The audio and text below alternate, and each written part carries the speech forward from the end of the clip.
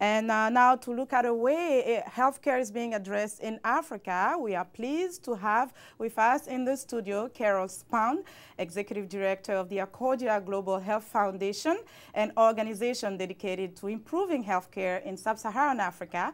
Ms. Spahn, welcome to the program. Thank you. It's great to be here. It's good to have you. Well, last week the world commemorated World AIDS Day.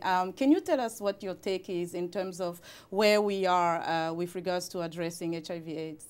Sure. Well, in addition to World AIDS Day, this last summer we marked the 30th anniversary of AIDS. So it's been a time of real reflection in terms of where we are in the fight against the HIV virus. And there's been a tremendous outpouring of both, funding and goodwill in this fight, and there have been tremendous advances. We've seen HIV incidence declining in several countries. We've got 6.6 million people on treatment. Really a lot of signs of hope that people are able to live longer, and the science, has really enabled those with HIV to live a healthy life.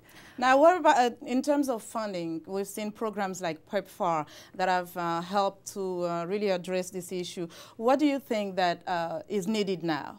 Sure. Well, the funding streams, both PEPFAR and Global Fund, are beginning to stabilize the number of new patients who can come on care. So what that means is those who are newly infected will be less likely to get care, and then the infection rate can then go up, and it could potentially reverse a lot of the progress that's been made over the last particularly 10 years.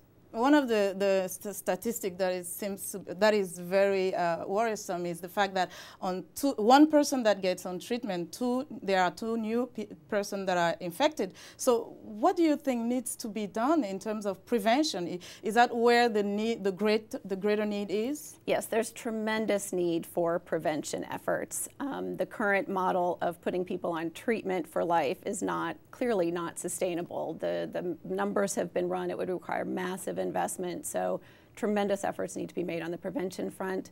There have been some great medical advances on prevention, some dramatic improvements with medical male circumcision, some microbicides, some other advances. So a lot of great work is being done, but those efforts need to be enhanced. Now, Accordia is working in sub-Saharan Africa addressing HIV/AIDS and other infectious diseases. Tell us about what is being done by your organization. Sure. So we focus on the development of centers of excellence in Africa, and our operating premise is that by developing both the institutional and the individual leadership on the ground, we can make a tremendous difference in retaining Africa's best and brightest, to stay in country and to, continue to serve their countries. There's a tremendous issue of brain drain with doctors and nurses who are trained in Africa going abroad to seek better opportunities. We just saw the piece on Kenya and the health workforce strike that's happening there.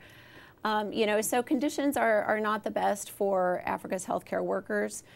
So those folks are leaving, and we feel that by providing the opportunity and environment where they can be successful in their home countries, that they can do tremendous good. There are very dedicated people that want to stay home and make a difference. So one of the centers is in Uganda, Kampala, at the Makerere University. Tell us about that.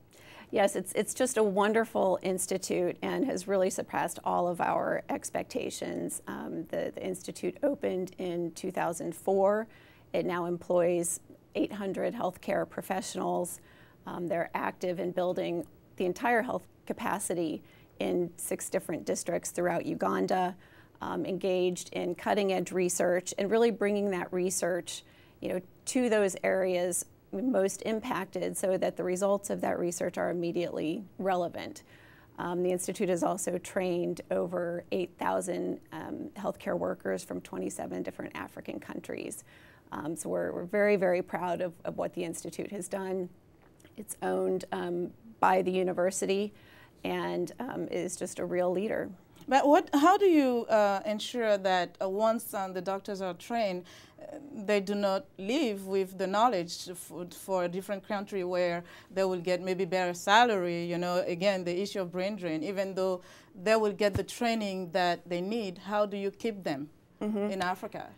Well, it's about, motivating them and providing the incentives and rewards and really that environment that is stimulating, that connects them, with the broader community so they don't feel isolated, they don't feel helpless, because of poor infrastructure or lack of support systems. Mm-hmm. So we've had a tremendous success in keeping people on the ground. And there was actually a very interesting study that came out recently that said Africa is actually a donor to the developed world because of the healthcare workers that they're training, yeah, that are leaving and working in the developed countries. Quickly, in 30 seconds, in terms of addressing infectious diseases, what do you think needs to be done? I think we need to really stay the course. We've had tremendous success, and if we divert our attention now, there's tremendous risk that all of the advances that have been made to date will be reversed. Oh, well, Ms. Spahn, thank you so much for joining us. Thank you for having me. And we thank Ms. Spahn with the Accordia Global Health Foundation. She's the executive director. She joined us today.